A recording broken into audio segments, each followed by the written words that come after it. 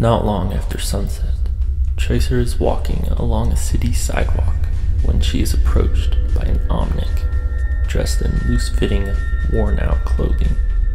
The Omnic asks Tracer for spare money, or if she would be interested in buying illegal drugs. Tracer wants to help the Omnic and agrees to move the conversation into the alley to try and gain his trust. The two walk a short distance down the alley and around the corner. They are alone. Suddenly, Tracer begins to feel strange. Although she is wearing her chronal accelerator, it's a similar feeling to what she experiences during her chronal disassociation. Within seconds, her vision becomes blurred and then goes to black.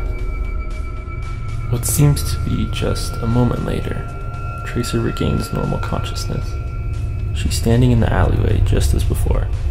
The Omnic, however, is not where Tracer recalls him to have been. He is lying face down on the ground, a few steps away.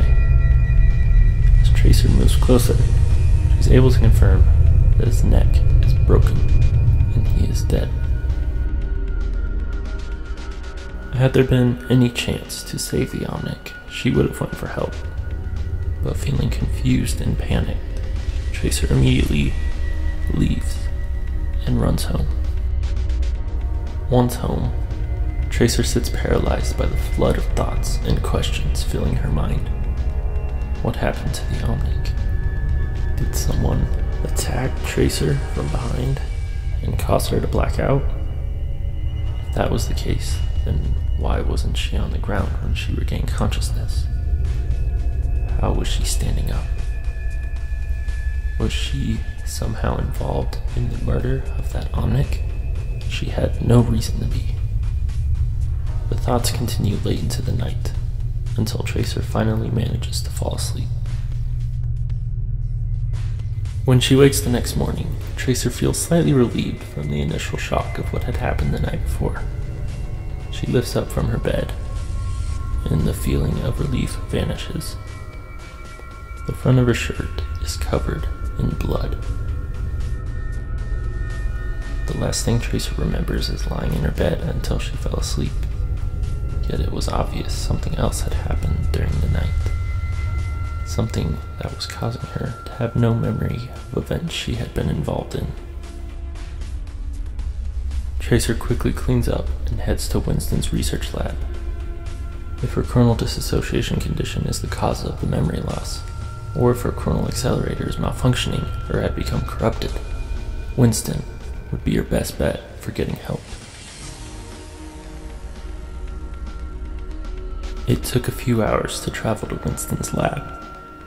Tracer had let him know she was on her way, so he was ready when she arrived. She describes the recent unsettling incidents of blacking out with subsequent memory loss and leaves it at that. Tracer feels sure it has to be a side effect of her chronal disassociation and doesn't want to include the morbid details unless necessary. Winston runs tests and does an overall analysis of Tracer, her condition, as well as her chronal accelerator. The test showed no change in her condition, and after examining her chronal accelerator, Winston concludes that it is working perfectly normal. Tracer feels somewhat concerned. She knows something wrong is going on.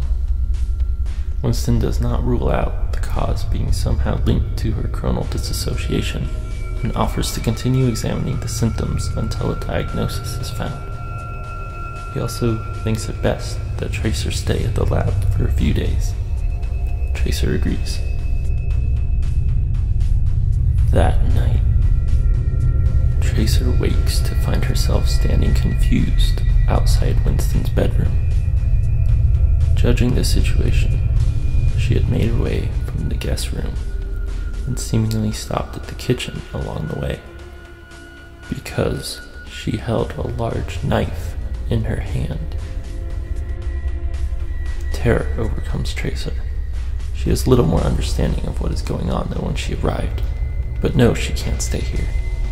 She gathers her few belongings, writes a note to Winston, and leaves. Upon returning to her home, Tracer attempts to isolate herself, especially from friends and family.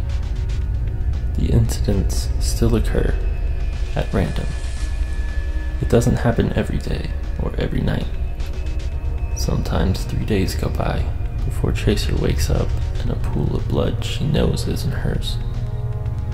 Sometimes it happens twice in one day, but she never remembers anything. A good and bad thing that, apart from the first Omnic, Tracer is completely unaware of who her victims are. She feels horrible, but helpless.